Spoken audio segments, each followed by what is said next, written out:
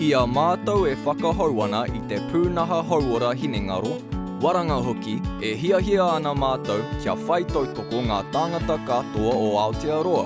Ahakoa kihea, ahakoa āhia, ahakoa pēhea.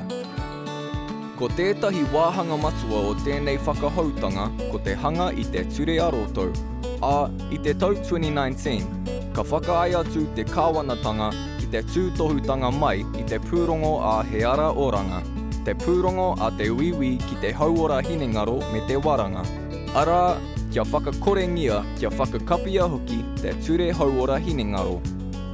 Ko te ture hauora Hinengaro, Compulsory Assessment and Treatment, tētahi ture e whakamohio atu ana me pēhea tā te kāwanatanga haukoti I te koiora o te tangata hei tuku atu I te maimoatanga ki aia.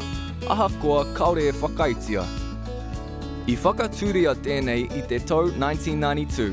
Engari, kaore e hāngai ana ki ngā aronga hauora kua puta mai I muri mai, e ai ki ngā tatauranga he kino rawa atu te whiako o ngā Māori, ngā iwi o te moana nui a Kiwa, me ngā tangata whaikaha ki raro I tēnei ture. Toko maha ngā tāngata ki Aotearoa ka uru atu ki ngā ratonga motuhake mo te hauora Hinengaro me te waranga I ia tau. Kaore te nuinga e whakanoho ia ki raro I te ture hauora Hinengaro.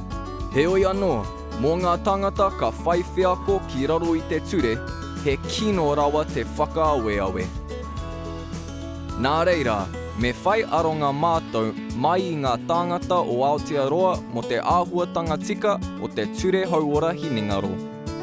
Kei te hiahia rongo mātou I o whakaro mō etahi take whānui, tai ana ki te kaupapa o te ture. Me pēhea te whakau I te tiriti o Waitangi, te raukaha me te hanga whakatau, te here taratahi me etahi atu mahi here. Kei a tātou te āhenga ki te waihanga mai I tētahi ture hauora Hinengaro hau, ka parahau I ngā mōtika o te tangata. Ka whai whakaro ki te tiriti o Waitangi, ka mutu, ka whakapai ake I te tōkeke. He nui ngā take hei whakaarotanga ake, kei te hiahia mātou ki tō tautoko mai, hei āwhina I tā mātou tārai I te āpōpō o te ture hauora Hinengaro ki Aotearoa. Mo te toenga o ngā kōrero, toro atu ki te whārangi hauora Hinengaro, waranga hoki ki www.health.gobt.nz.